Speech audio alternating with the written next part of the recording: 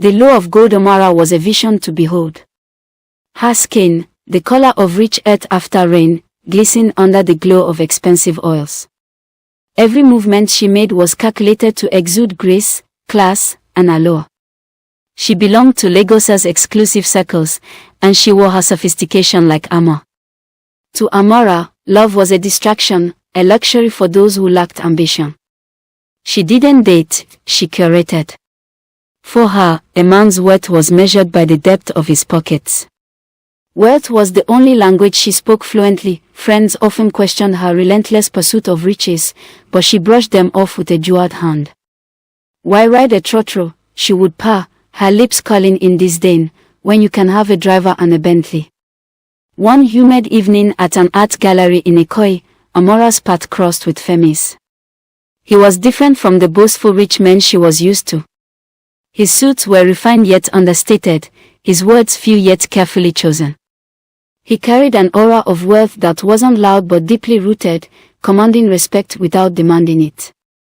Femi owned a vast logistics empire stretching across West Africa, and though he rarely spoke about it, the air around him hinted at influence beyond comprehension. He courted Amara with a quiet intensity, showering her with gifts most women could only dream of. A luxury apartment in Banana Island became hers. Her allowance each month surpassed the annual salary of many executives. Diamonds, gold, and couture filled her days, and her social media turned into a showcase of opulence, champagne brunches, exotic getaways, and designer gowns. Yet, for all his generosity, Femi remained intensely private. He never introduced her to family or associates. When she pressed about the source of his wealth, he would smile politely and say, "From the earth, my sweet. From the earth and the desires of men. I simply help fortunes manifest." Amara found the answer strange but dismissed it as the eccentricity of the ultra-rich. But the apartment had one oddity, a single room at the far end of the corridor, locked at all times. Femi forbade her from entering it. At first, she ignored it, too intoxicated by her new life to care. But soon, her curiosity festered. What could be inside? More treasures. A deeper secret. One afternoon, while Femi was supposedly away on business, Amara stumbled upon a brass key hidden among his belongings. Her heart raced as she crept down the corridor, the key icy cold in her palm. The lock clicked open, and the door swung wide to reveal not gold or diamonds, but something far more unsettling. The room was stark, almost sacred. At its center stood a dark wooden altar carved with strange, intricate symbols.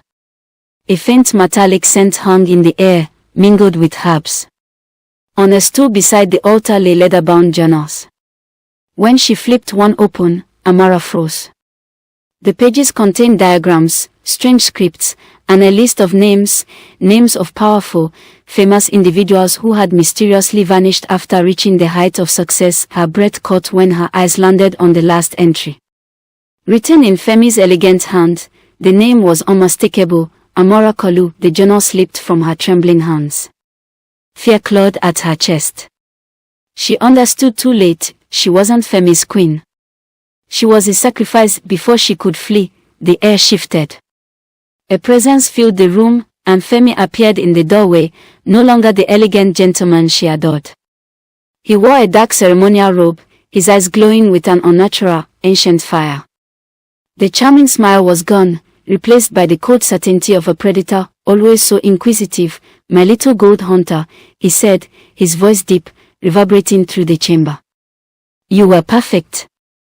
Your greed made your spirit luminous to the forces I serve. The wealth you adored, the gifts you flaunted, they were never love, Amara. They were transactions. And now, the balance must be paid." She tried to scream, but terror sealed her throat. He stepped closer, speaking with chilling calm. "Power demands balance. My empire thrives on the ambition and vanity of souls consumed by greed. People like you burn the brightest. You craved everything and offered nothing of true value. That made you the perfect offering. Her mind flashed through every choice she had made, every rejection of sincere men, every mocking laugh at those who lived without riches, every cold calculation.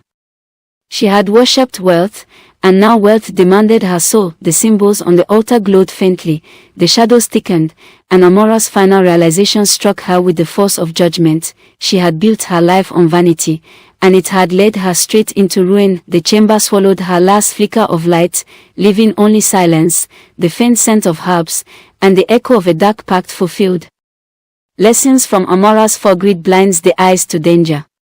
Amara ignored every warning until it was too late. Love and character are greater treasures than money. She rejected genuine affection and found destruction in wealth. What you worship will own you. Her devotion to gold made her a slave to it. All that glitters is not gold.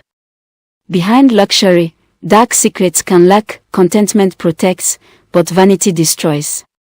A restless heart never finds peace. The company you keep shapes your destiny. By joining Femi's world, she sealed her fate.